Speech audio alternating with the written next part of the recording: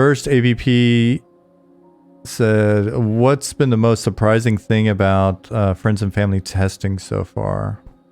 It's been nice to see that while there's like a constant slew of bugs for us to fix, it hasn't been as crazy as I probably would have expected. There hasn't been like just tons of completely game-breaking shit going on, and it feels like, and if I'm wrong on this, the folks in FNF can shoot me a DM or post somewhere or whatever, but it feels like we've run into some things that are like game-breaking, like dupe bugs and other stuff, and we've run into some technical issues, and we run into issues with stuff like mobs not rendering and party bugs and all sorts of other things. But these are things that I've seen other teams run into during like the beta before going live, let alone in development. Like, we're super early in development, so that's been pleasantly surprising. A lot of the rest of what I'm seeing out of friends and family feels like testing, right? Like, I mean, I've only ever really worked in MMOs, and several of them have been live MMOs. And so I'm kind of used to seeing like the bugs that come in from live and the bugs that come in from like in the feedback that we get on test servers and stuff like that. So it all feels pretty natural to me.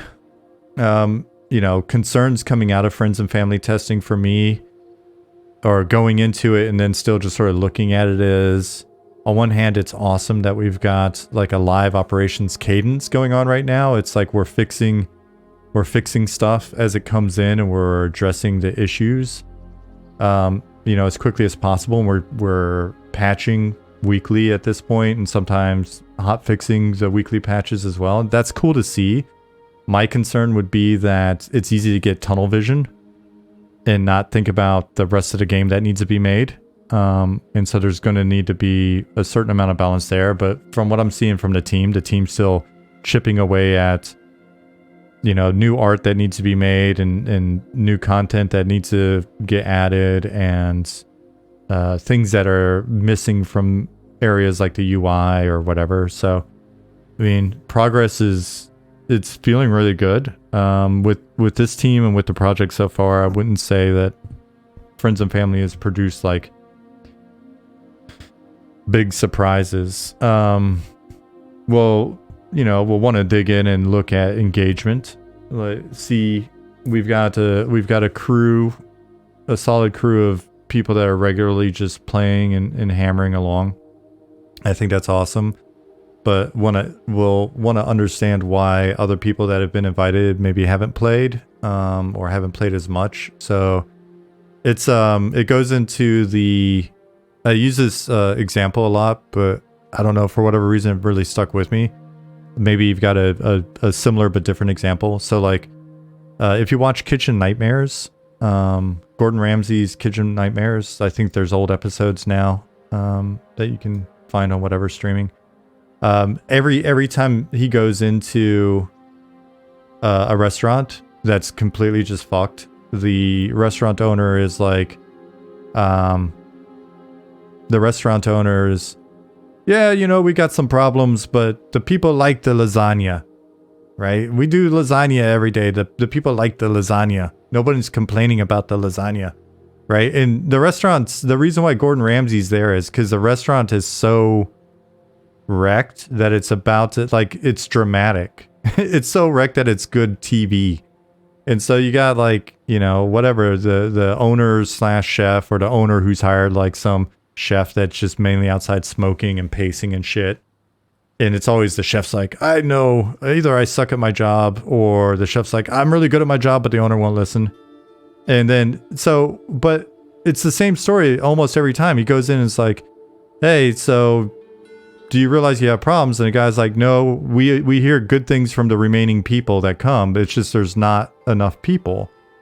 And so that's the problem. It's the people you're not hearing from. It's the people that like check out your game for like 5 minutes and then go, yeah, well, this isn't for me at all. And especially if you've hand selected them from potential target audience, right? Like if they're part of what would very likely be your base, and they come in, they just kind of look around like, yeah, I'm not that engaged. Yeah, I don't like the lasagna. It sucks. But they don't like slam the door on the way out, and like they're not throwing the lasagna. They're not, hey, you know, screw your lasagna, right? It's they just don't come back. And so what can happen is, it could be that people come in, they look at it and they're like, hey, this is pretty dope, and I'm going to come back and play when it's finished, right? So that can happen in testing at this stage. Or, hey, that was pretty fun, but, you know, I got other things that I'm doing, and I'm, you know, I got 3 jobs and 12 kids, and I'm streaming 4 times a day and all that other stuff, and so they don't have time. So those are all normal. You don't want to get like a negative bias. But on the flip side,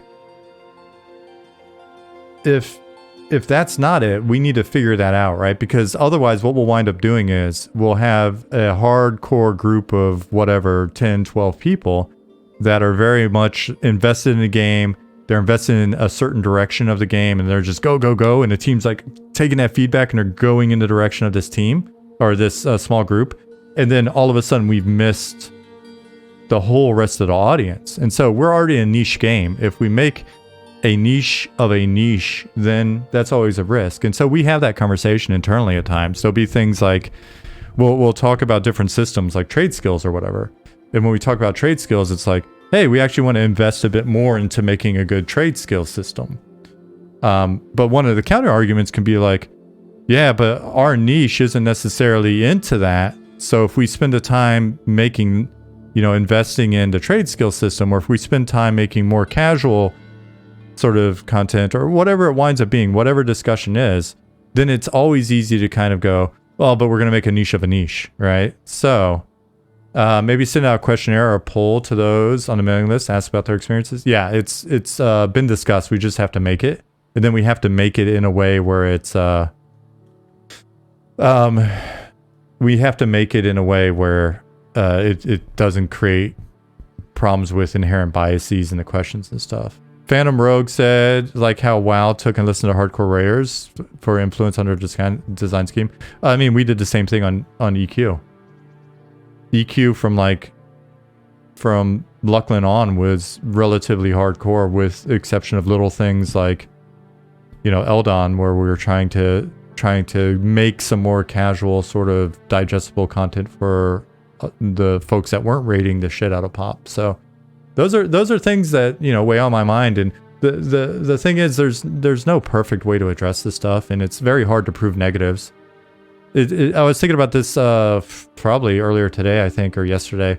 It's like you can make a game, and all of a sudden you can make $1 million, but you could still sit there and look at that $1 million and go, well, shit, if we had done this other thing, we would have had 2 million or 10 million, right? So how do you prove that negative? So that's one of the challenging parts about what we do. Do you think it's good, bad, or both to have players who play the game obsessively join, help develop it, since that seems to be the case with both EQ and WoW? Sure, others. I think it's good if you, as a developer, can frame that properly. So it's like, what if you start a restaurant and and you know that you want to have 5 different types of food, and you invite some people, and the people that are just the most engaged and most hardcore, energized people like food number 3. And so then that becomes the topic of discussion. All they're doing is eating food number 3. And so is that the restaurateur or the developers need to step back and go, is it because of who we invited? Is it because of personalities? These guys are just more jazzed? Or is it because the restaurant really should just focus on food number 3? Right? And if you're not getting feedback, if you're fairly certain you want to have a breadth of variety, then we have to be sure that we're encouraging and asking people that like the other shit. Otherwise, the data points just become self-reinforcing. I mean, we see this with data analysis and free-to-play games as well. If the only people you're sort of monitoring's behavior ultimately winds up being the people that do the thing, then the thing becomes the game of, you know. So if you're looking at the data and the people that are most engaged or engages with this one thing, and you start to refine the game to make those people even more engaged with the one thing. More and more, it's a game about engagement with that one thing. And at some point, that may be good, but at some point, the developer has to step back and go, is that what we want? Or are we missing the other 99 things that we could potentially be getting people engaged in?